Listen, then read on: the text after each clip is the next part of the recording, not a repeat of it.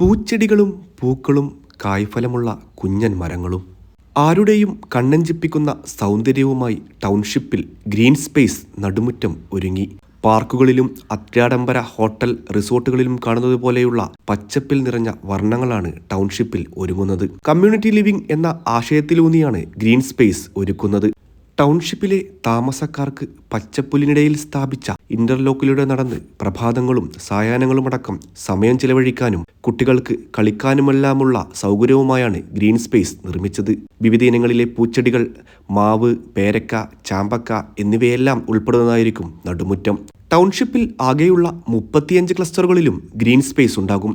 8 മുതൽ 20 വീടുകൾ വരെയാണ് ഒരു ക്ലസ്റ്ററിൽ ഉണ്ടാവുക. എല്ലാ വീടുകളുടെയും മുൻവശം 5.5 മീറ്റർ വീതിയുള്ള റോഡിലേക്കാണ്. വീടിന്റെ മുൻവശത്തെ വാതിൽ തുറന്നാൽ വിവിധ വർണ്ണങ്ങളിലുള്ള പൂക്കളാൽ നിറഞ്ഞ നടുമുറ്റത്തിന്റെ മനോഹര കാഴ്ചയാണ് കാണുക. ക്ലസ്റ്ററിലെ എല്ലാ വീടുകളിലുള്ളവർക്കും ഒരുപോലെ ഭംഗി ആസ്വദിക്കാം. പൊതു അടുക്കളത്തോട്ടമായും നടുമുറ്റത്തെ ഉപയോഗിക്കാം. അത്യാധുനികവും പ്രകൃതി സൗഹാർദ്ദവുമായ ടൗൺഷിപ്പ് നിർമ്മാണത്തിന്റെ ഭാഗമായാണ് ഗ്രീൻ സ്പേസുകളും നിർമ്മിക്കുന്നത്. ടൗൺഷിപ്പിനെ കൂടുതൽ മനോഹരമാക്കുന്നതിൽ പ്രധാന പങ്കാണ് ഗ്രീൻ സ്പേസിനുള്ളത്. വീടുകളിൽ താമസിക്കുന്നതിനോടൊപ്പം ഗ്രീൻ സ്പേസിന്റെ മനോഹര കാഴ്ചകളും ഓരോരുത്തർക്കും പുതിയ അനുഭവമാകും. ടൗൺഷിപ്പിലെ 35 ക്ലസ്റ്ററുകളിലെയും ഗ്രീൻ സ്പേസിന്റെ നിർമ്മാണം പൂർത്തിയാകുന്നതോടെ അതിമനോഹരമായ കാഴ്ചകളുടെ മറ്റൊരു ലോകം തന്നെയായി മാറും ടൗൺഷിപ്പ്. പൂത്തുലഞ്ഞു നിൽക്കുന്ന വിവിധ വർണ്ണങ്ങളിലെ പ്രഭാതവും സായാഹ്നവുമാണ് എല്ലാവരെയും കാത്തിരിക്കുന്നത്. സർക്കാർ പുനർനിർമ്മിക്കുന്ന ഗ്രാമത്തിൽ തലയെടുപ്പോടെ എന്നും ഉയർന്നിൽക്കുന്നതായിരിക്കും ഗ്രീൻ സ്പേസുകൾ.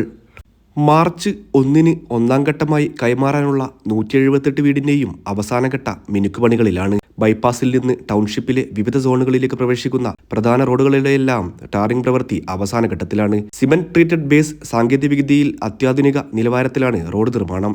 1-ാം ഘട്ടത്തിൽ കൈമാറേണ്ട വീടുകളിലേക്കുള്ള സോളാർ പാനൽ സ്ഥാപിച്ചു. കുടിവെള്ളം സംഭരിക്കാനുള്ള ടാങ്കുകളും വീടുകളുടെ മുകളിലേക്ക് ക്രെയിൻ ഉപയോഗിച്ച് സ്ഥാപിക്കുന്നുണ്ട്. കുടിവെള്ള വിതരണത്തിനുള്ള സംവിധാനവും മലിനജല സംസ്കരണത്തിനുള്ള സ്വീവേജ് ട്രീറ്റ്മെന്റ് പ്ലാന്റിന്റെ പ്രവൃത്തിയും നടക്കുന്നുണ്ട്.